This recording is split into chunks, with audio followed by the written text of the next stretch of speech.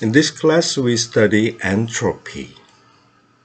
Entropy is a very subtle concept to learn in the beginning, but at the end of this lecture, I hope you understand entropy very clearly with the help of with the efforts of Boltzmann. Now we can see Boltzmann here, Boltzmann constant.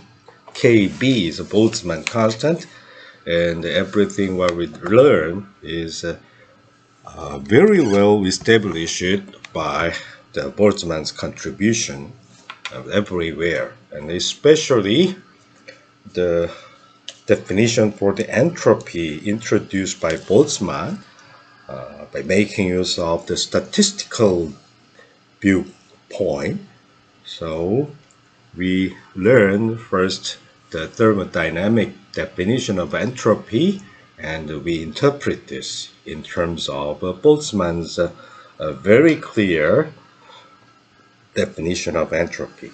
And actually, the entropy determines whether an event involving the statistical physics system evolves in time or not. I mean, we will study the reversible or irreversible processes, and if B happens after A always, or B won't happen, never happen after A, something like that. This is clearly shows the order of time or preferred direction of nature in time for a system consisting of so many particles. That is a statistical view. For a single particle, such a kind of orderedness in time is not allowed. And that is the left-right symmetry and the forward-backward symmetry. There is a symmetry. However, if we have a very large enough number of molecules, then such kind of direction of time flow exists, and that is explicitly explained by the entropy. That is the is the process probable or not? Does the process happens spontaneously or not? So entropy is something like that. But let's see what the exact definition of entropy is. First of all, in the previous class, we have obtained a pressure equation that is called the gas equation. PV equals N kBT, and P is pressure, V is volume, and N is number of molecules, kB is the Boltzmann constant, and T is the absolute temperature.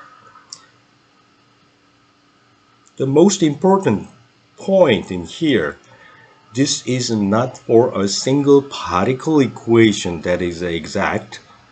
This is the average value, average pressure on the wall, and the volume is more or less as exactly defined. The container contains a number of N molecules inside. Anyway, these are called macroscopic thermodynamic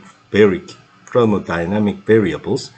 They are well defined only if they are in a thermal equilibrium at temperature T.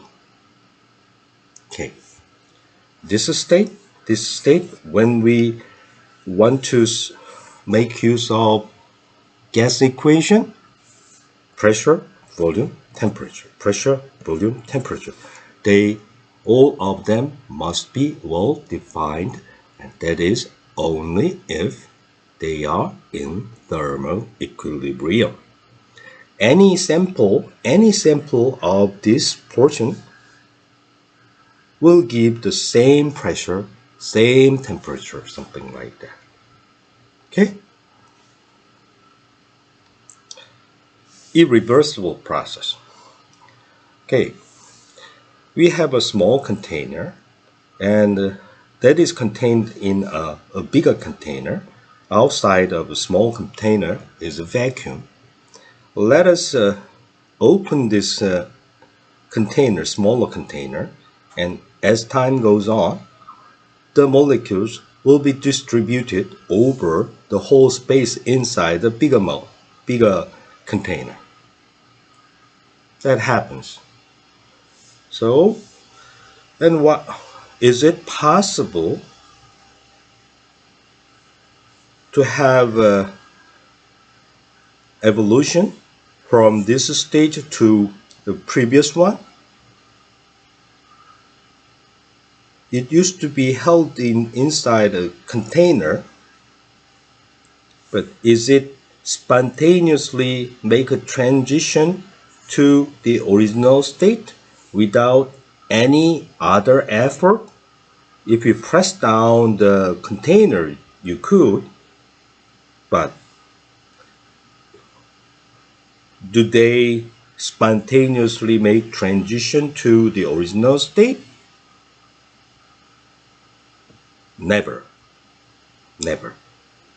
Actually, the probability is not exactly zero, but it's essentially zero, almost zero. You might say it is a non-zero, but I would say it is a 0.000000001, something like that. A very small probability.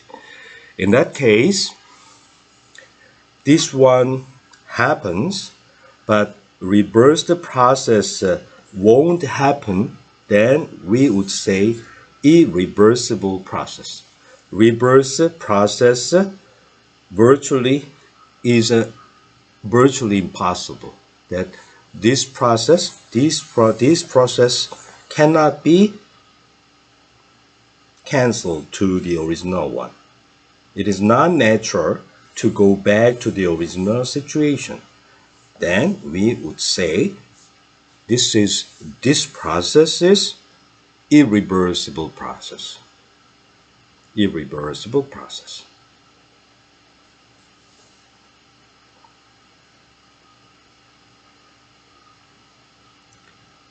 This is an example of irreversible process. The large number of molecules are concentrated in the central part of a container. As time goes on, they are moving very fast. You remember the Maxwell-Boltzmann distribution for the molecules in equilibrium at temperature T, and then you can see it is molecules are moving very fast at around 300 Kelvin.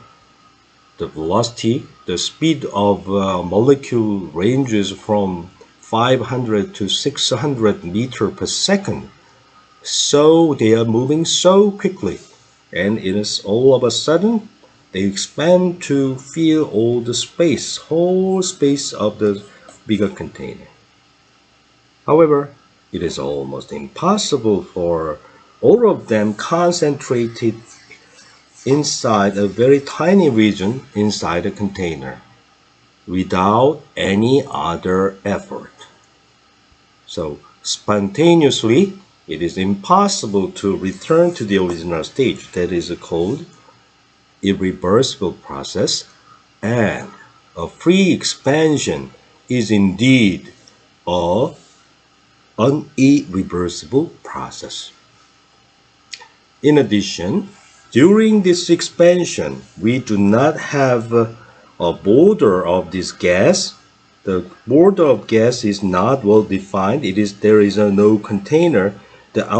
Between the wall of the bigger container and the dense area, the density of molecule is not well defined. Only after they make an thermal equilibrium, we can define pressure, volume, something like that. But in the middle, we do not know what the pressure is because in between it is a vacuum. The world does not feel any pressure. So we cannot say this size of this container is the volume. So volume is not well defined. And the molecule doesn't touch the wall at all. So there is no pressure. However, there should be some pressure in it. So what is the boundary? I don't know exactly, but wait and see. If you take enough time, if you have enough time, just wait and see. Then the system will make a thermal equilibrium. At that moment, from then on, always you can measure the pressure, volume. Volume is the size of this container. That's it. So, in the middle of a free expansion, the state is not well defined. The only variable that is defined is the temperature. Because it's a free expansion, it does not work at all, so their total kinetic energy is conserved. Total number of molecules is conserved, so average value of the molecule's kinetic energy is conserved. So temperature is conserved, except that pressure, volume, I don't know. Nobody knows. So in that case, during this process, we are not able to apply the gas equation. Gas equation is applicable only if the gas is in thermal equilibrium at temperature T.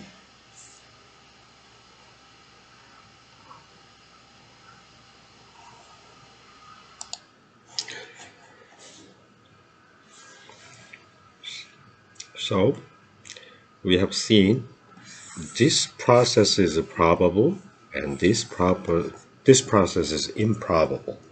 So this is a process that is irreversible. Irreversible process has no preference to have a reversed process. That is, the reverse process doesn't happen or never occurs spontaneously because it has less probability. And that probability is related to the entropy. And actually we will find that entropy is log of probability or log of a multiplicity.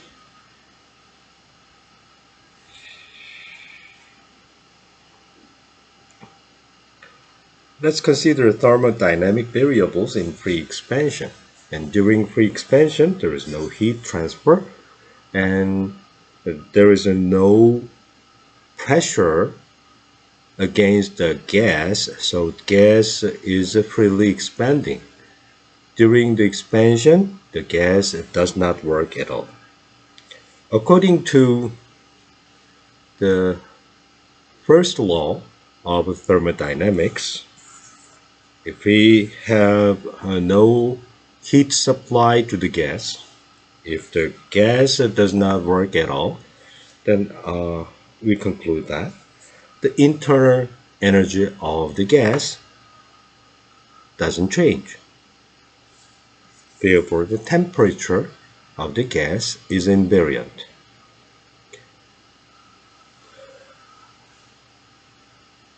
If the initial and the final states are well defined, they are in thermal equilibrium, then we can make use of gas equation at both ends, initial and final.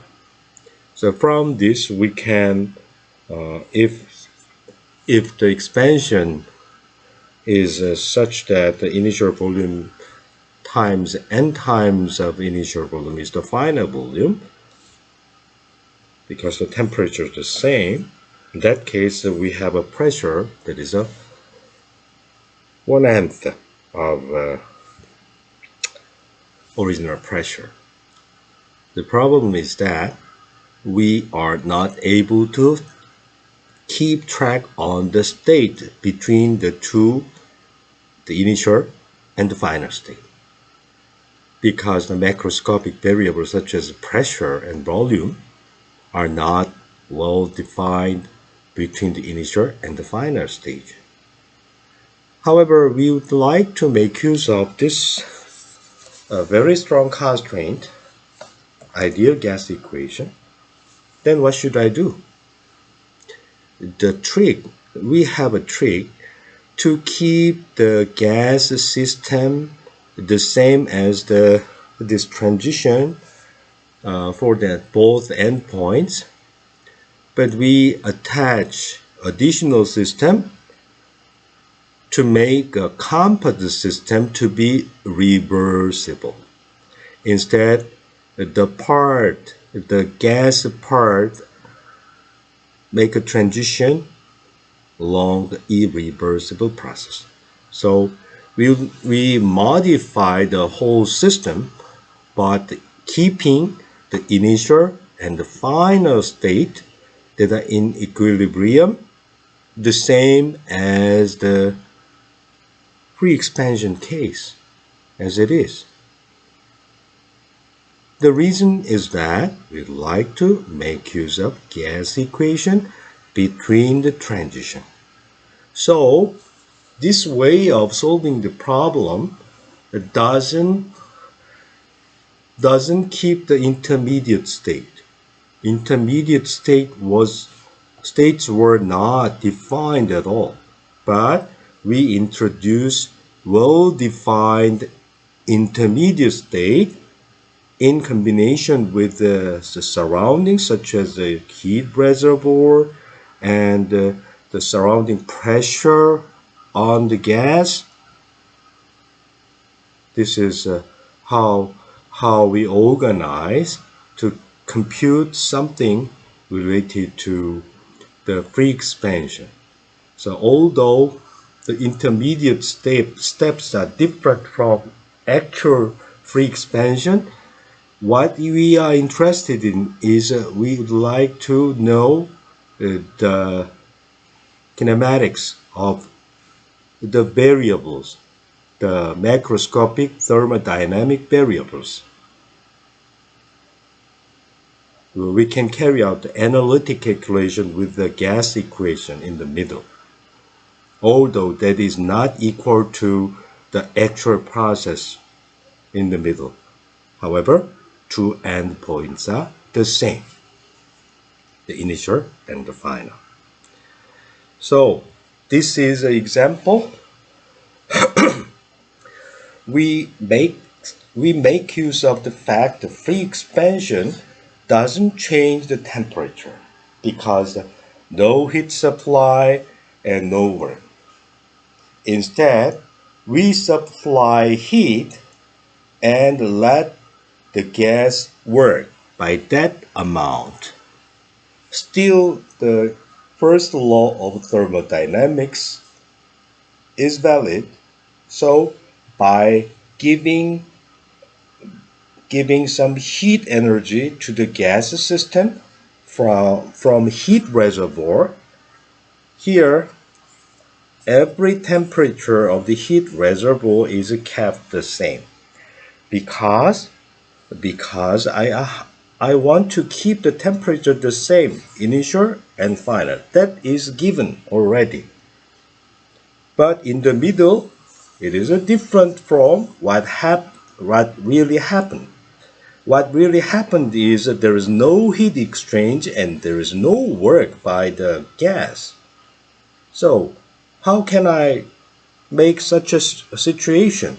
I introduce a container with a smaller size that fits to the initial state, and I introduce pressure from outside to let them in equilibrium. And then, because of the heat transfer from the heat reservoir, it is heated. But I'd like not let this gas heat it. So I decrease the pressure a little bit so that it can expand. It can expand a little bit, very, very slowly. Then during this time, I supply a moderate amount of heat, and the system is keeping in equilibrium state at a given temperature, fixed temperature, and it expands. So supplied heat is completely transferred to the work. So there is nothing change in the temperature of the gas. This is a reversible process. By increasing pressure, then if you press down, then the temperature wants to rise up. However, because it is in contact with the heat reservoir, the additional heat is lost. So it gives away the heat to the heat capacitor so that it shrinks.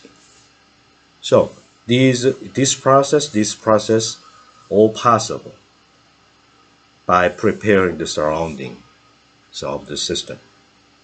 Therefore, the whole process, including, we have to include the force, external force, and the heat reservoir. Whole system is reversible. However, if I isolate this, if I just look at the gas system only, then the initial and final states are the same as a free expansion. If I erase in the middle, if I do not let you see this, you know what happened. But initial and final are the same as the original situation of free expansion.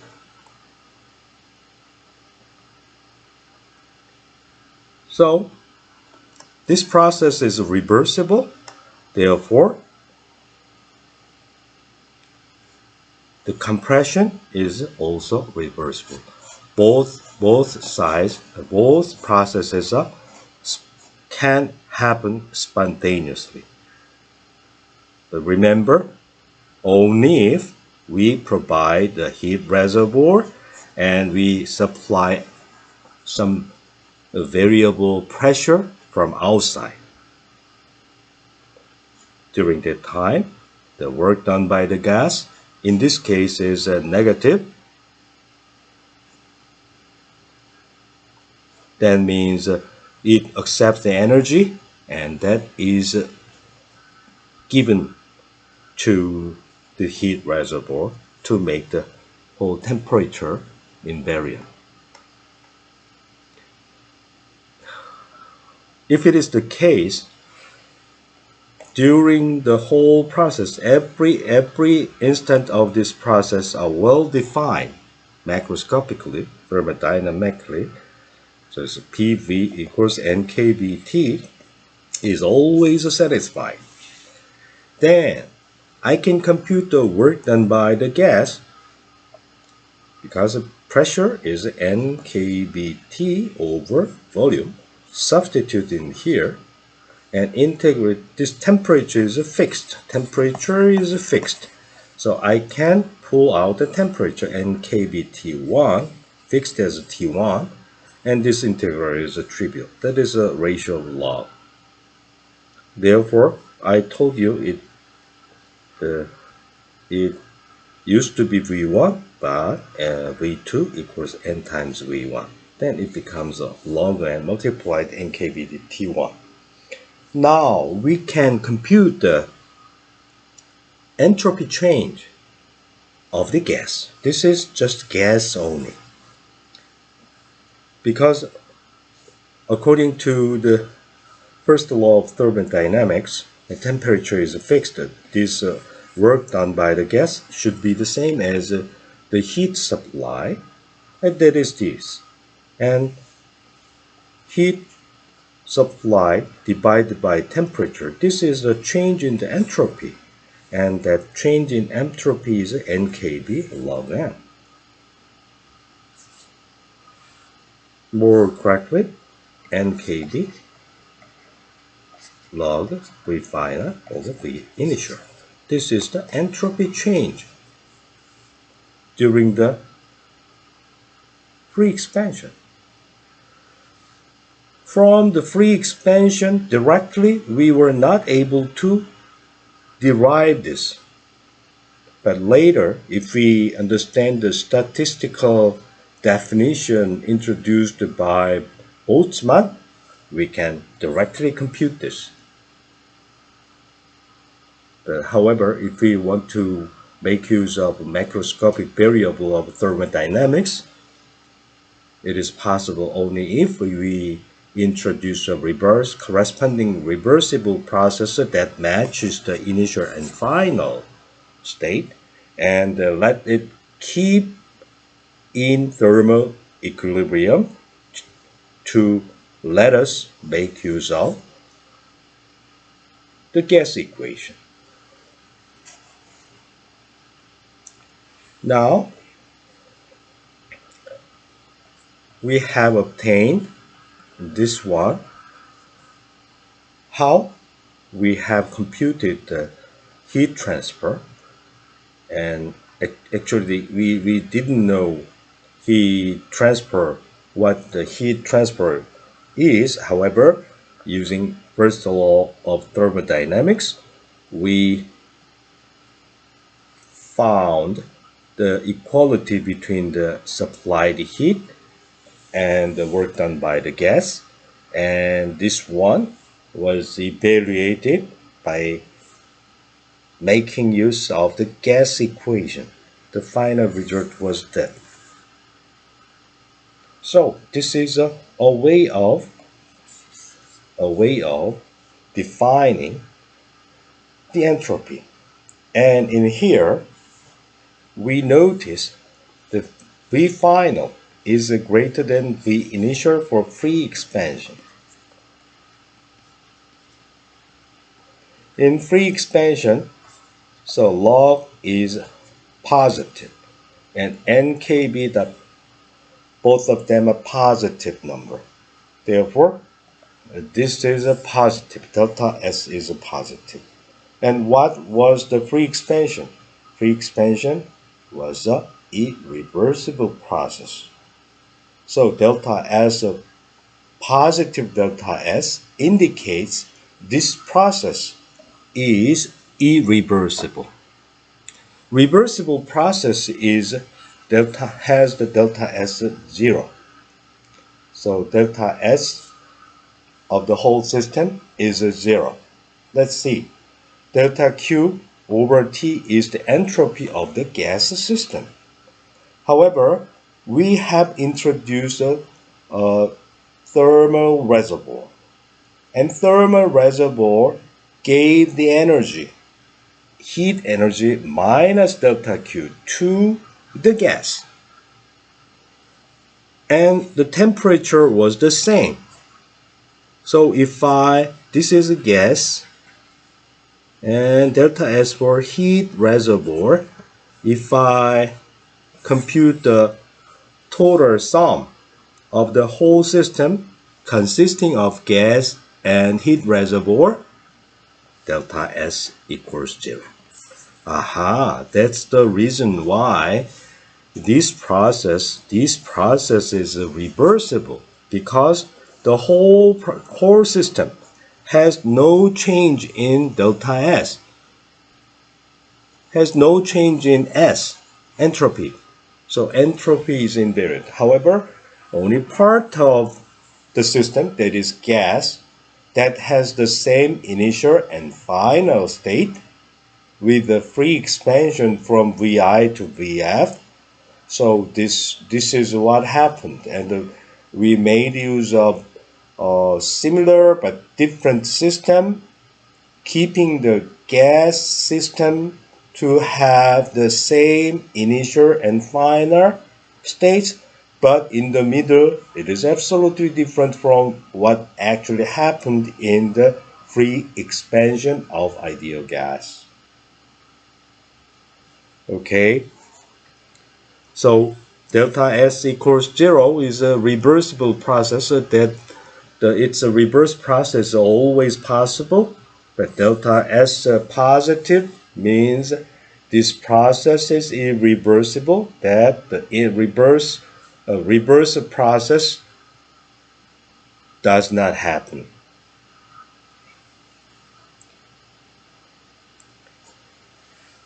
So we can extend our theory to the case of mixing hot and cold water.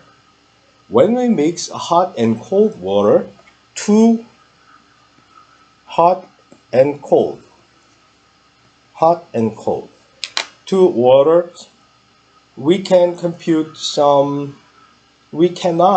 the entropy change directly, because during the process of mixing, the temperature is not well defined.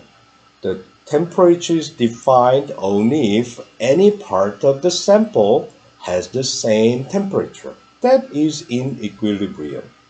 However, when we mix hot and cold water, before it is completely mixed, some part is hot and some part is cold. So we cannot define the temperature. Here we introduce two heat reservoirs. One heat reservoir attached to hotter one, and the other reservoir attached to colder one. And from Ta to the final temperature Tx, we decrease the temperature of heat reservoir very, very slowly. Then, in the middle of transition, the heat transfer can be computed by making use of heat capacity of the system, and that variable temperature dependence can be considered to compute the entropy change in the hot water.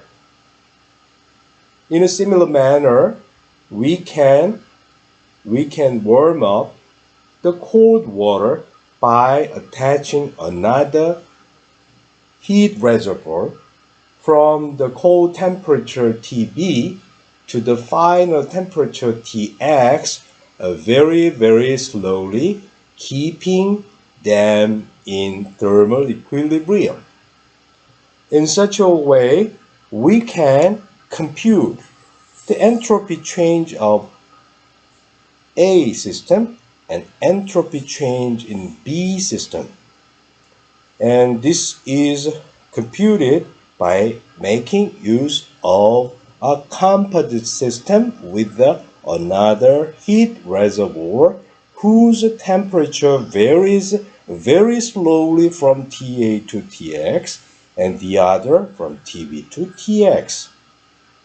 As a result, we can compute the entropy change for the hot water and cold water. We can add these two. Now we see the entropy is additive. Entropy is additive. If we add these two, then we end up with the final result. If the size of the mass of the two waters are the same, then the final temperature will be just the average value of the two temperatures. So finally, we end up with this calculation. What's that? We know a plus b squared minus 4ab is a minus b squared. That is a positive definite. It is a zero only if a equals b. Therefore, the numerator is greater than the denominator always, and only if when they are the same, numerator and denominator becomes the same. Therefore, the log of this is a positive for any different temperature, and log of this is a vanishing only if the two temperatures are the same. So entropy always increases.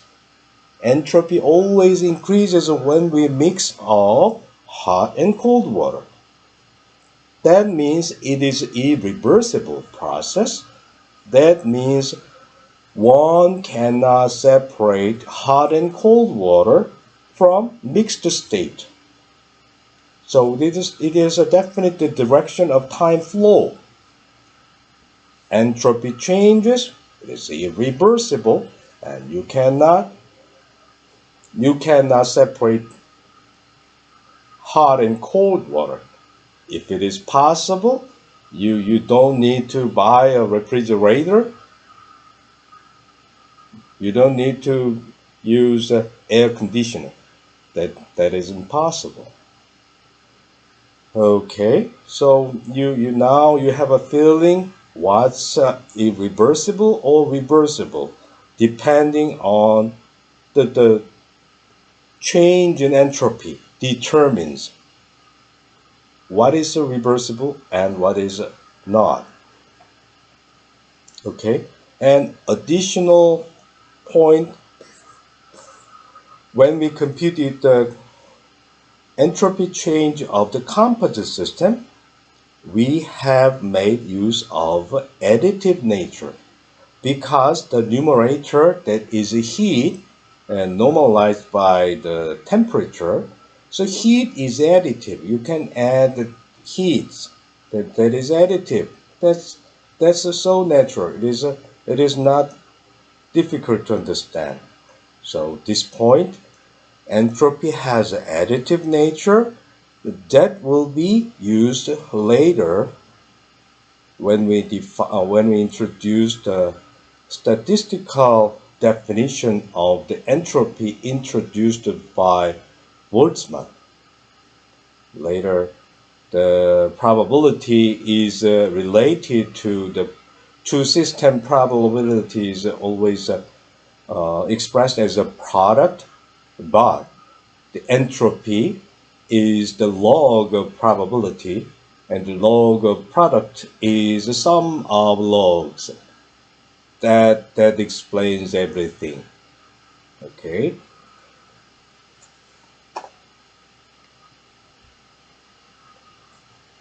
So you can read it through by yourself. We can make use of the ideal gas equation to compute the entropy change. It is possible because the entropy change is defined by the heat transfer divided by temperature. We can make use of the first law of thermodynamics. dQ is internal energy change and work done by the gas. And from this we can divide this equation with the temperature T. In addition, we have PV equals NKBT. Therefore, temperature can be expressed. In here we would like to express temperature will be divided to have CV dt over T plus P over T dV. Okay, P over T from this equation is NKB over volume. So we find this one. Okay, entropy change is explicitly expressed in terms of temperature integral and volume integral. Because we have removed the pressure, this is an independent expression. There is no redundancy. We remember CV and CP has the difference of NKBT and NKB. By making use of this fact, this one is replaced with the CP minus CV, and why don't we scale this CV out? Then it becomes a CP minus a CV over CV, and we usually use CP over CV as gamma, and the expression becomes ds over CV is differential of log temperature, and gamma minus 1 differential of log volume. So if we combine, if we make use of these relations and integrate over the initial to final state with the temperature, volume to the final temperature and volume, we end up with this expression. Okay, and we can reorganize this expression by making use of gas equation. So instead of temperature, we can express in terms of pressure. In that case, we arrive at this relation. And we remember when the heat transfer, when there is no heat transfer, ds is this one. If there is no heat transfer, then the entropy doesn't change. That means PV gamma is constant. That is consistent with what we have found for the adiabatic process. Adiabatic process does not involve the heat transfer. So PV gamma is constant. Entropy of ideal gas can be inferred from this expression. This is an expression for the difference, but the difference for initial and final. Therefore, the entropy should be the same as this form if we remove the constant piece for the initial state and we keep only the final state as a variable. So initial state is replaced with the volume, okay?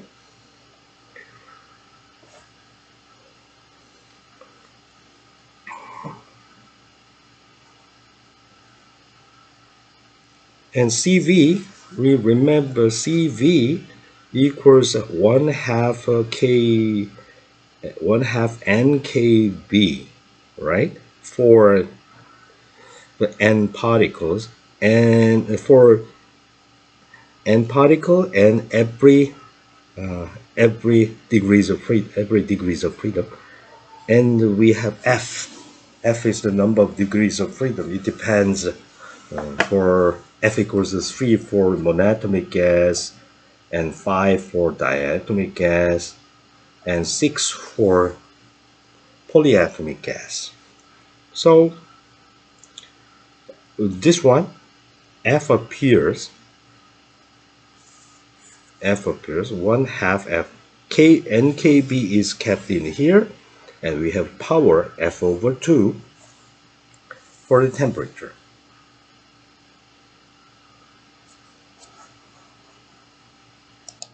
In addition, for the case of volume, this gamma minus 1 is actually CP minus CV divided by CV. And if we multiply this CV in here, that cancel. And CP minus CV is NKB. So NKB is pulled down. So this is our final result for the entropy of ideal gas by making use of thermodynamic variables according to the gas equation.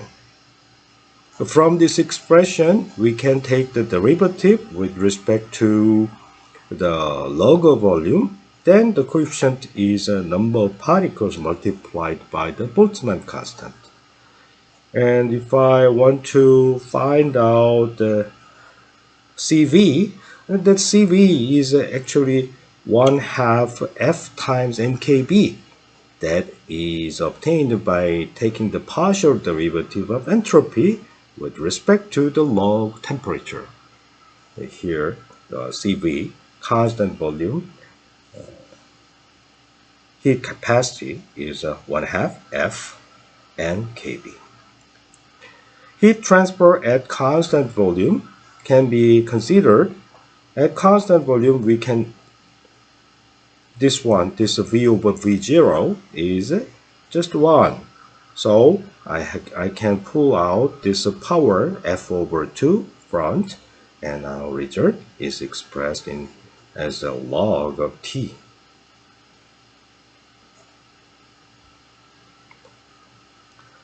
And why don't we consider free expansion with our entropy complete formula for the entropy? Free expansion temperature doesn't change, so the only factor is log volume ratio. That is the same as what we have obtained. So, in fact, we consider the initial state expands n times. So in that case, we have log n. And if it is doubled, we have a factor of 2, the log 2. Tossing n coins. We have seen this figure previously, and let me introduce a simplified version of this expression. The expression as n goes to infinity. This one is quite useful. It is consistent with the Stirling formula for the large n factorial and the large n limit. And this will be very useful to analyze our analysis. We organize the binomial distribution to a normal distribution as n goes to infinity. Let us look at the statistical definition of entropy. The entropy, for example, this simplest case, at fixed temperature, we choose the entropy is the log of volume. So entropy change for the volume doubled free expansion, we have NKB log 2. So let's see. We have n molecules. We have two choices. Let n particles locate at the left half of this container, and let them distribute both of them equally. And the probability of finding this one and this one has the ratio. Everything is distributed on the left side, that is n factorial over n factorial. And 0 factorial. 0 means that there is nothing in here. If I take the log, then log 1 is a 0. And what happened in here? Among n, we have 1/2 of n on the left and 1/2 of n located on the right side. So probability will be n factorial over 1/2 n factorial squared. Why don't we take the log? What we find is log 2. Sure, this is 1 for exactly 0. Y and log 2, we used this formula. Log n factorial and 1/2 n factorial squared, that is this. And as n goes to infinity, this one is suppressed, 1/2 is negligible, and so n log 2 is the dominant factor. So this is consistent with the entropy change from the expansion from volume V0 to 2V, to V0. So NKB log 2. So N log 2. So why don't we multiply KB? That means KB log multiplicity or probability can be treated as the entropy that is identical to the thermodynamic definition. And this is much easier to compute, and we don't have to consider attach additional piece to construct the whole system to be reversible. It's too cumbersome, too complicated. But we can directly find out the multiplicity of a microscopic state. That is a microscopic state. There is an assumption that every distinguishable microscopic state has the equal probability. That is another assumption, just like equipartition theorem. Next, we consider the self-test. In here, we show how the binomial distribution converges to the normal distribution. Okay, first we consider the multiplicity WR of having R heads among n throw of coin.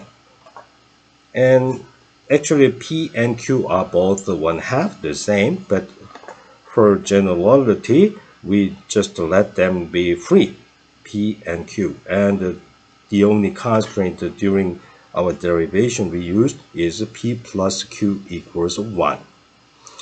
Anyway, this is the probability of finding either A or B event with the multiplicity R, that R head and n minus R tail, something like that. So product of this is always a 1/2 nth power if both of them are of equal probability. The distribution is symmetric, so we can count this number one by one. And why don't we find this one? This is the full probability of having n minus R. So we substitute n minus R for R. Then this is symmetric. This result is identical to this WR. So distribution is symmetric. The even distribution about the center, right? And next we consider the difference, WR plus 1 minus WR. In the region where R plus 1 is less than or equal to 1/2 of n. And this, if you compute this, you will find that in the region, the left half region, if we increase R by 1 plus R, then the probability increases. The difference is positive, then the probability increases as you approach the center point. And next, why don't we compute the entropy of the state? So WR, we take the log of WR and multiply it by this Boltzmann constant. And entropy, the microscope, that is a microstate. Entropy of microstate R is given like that. And then the binomial distribution has the probability, that's right, because P plus Q is always 1. And this one shows that both of them are 1/2. Previously, we have shown that average of having had among n throw is NP, there's a 1/2 of n. The variance is NPQ, and because P and Q are both 1/2, so n over 4. The standard deviation sigma is the square root of this one, that is the square root of n over 2. We introduce a variable Okay, so we would like to let the average to be 0 by translating the whole amount by NP, subtracting by NP. Then the minimum value will be minus 1/2 a band. The maximum value will be plus 1/2 a band. And the average value should be 0. So let's see. Average value is 0 and variance is still the same. The translation does not change the shape of distribution. Therefore, the variance it should be the same. And the standard deviation is the square root should be the same. As a result, we can see if we square this sigma squared, that is n over 4, so n over 2, 1/2 of n is 2 times sigma squared. Next, let us consider binomial distribution. Has the problem? We know everything. We would like to, we have the sum is n. And why don't we replace this one as a continuum limit as n goes to infinity?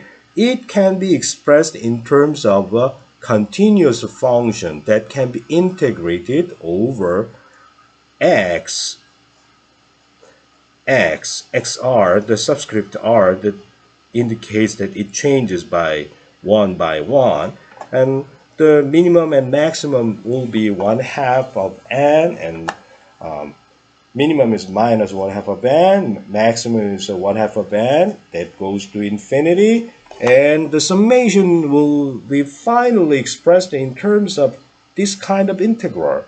I hope this integral should be the same as 1, like the summation for the discrete case.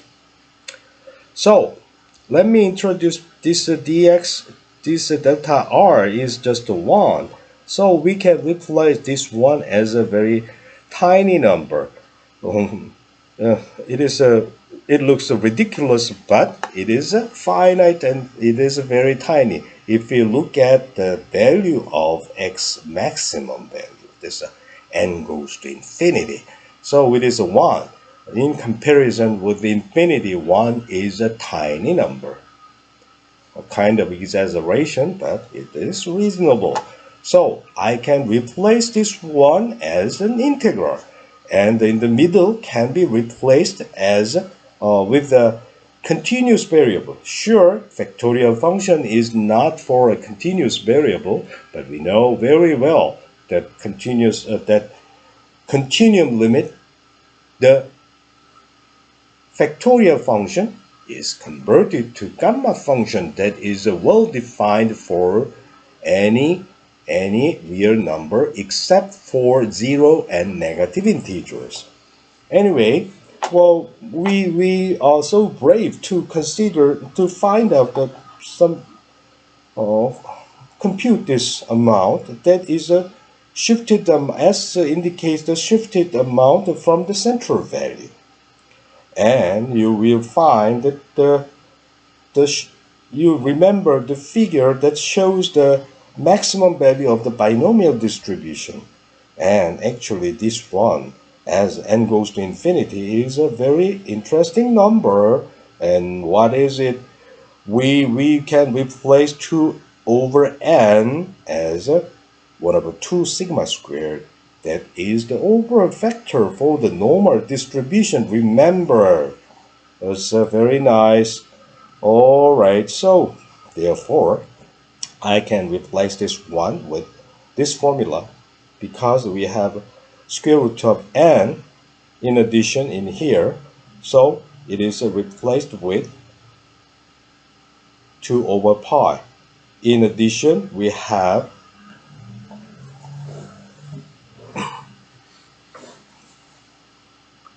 replaced this one to be this 2 over n. 2 over n is 2 sigma squared, right?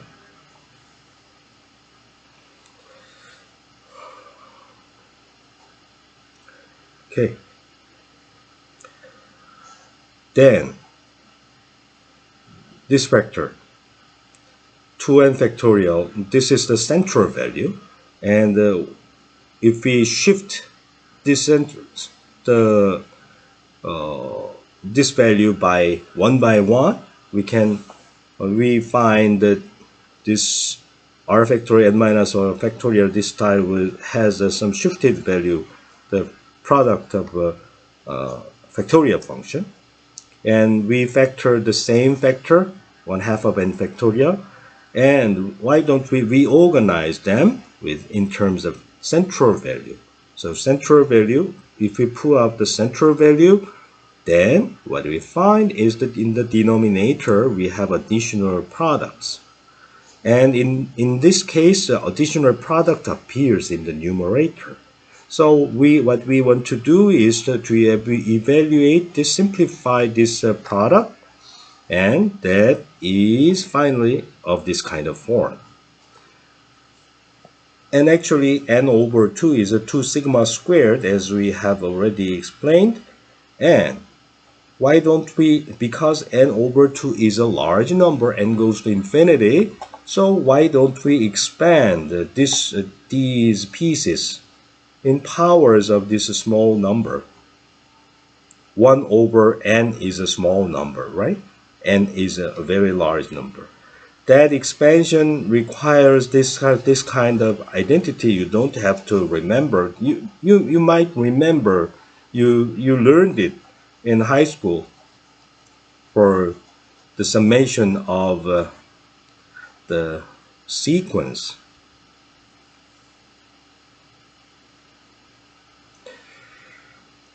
Finally, the summation can be made in such a manner.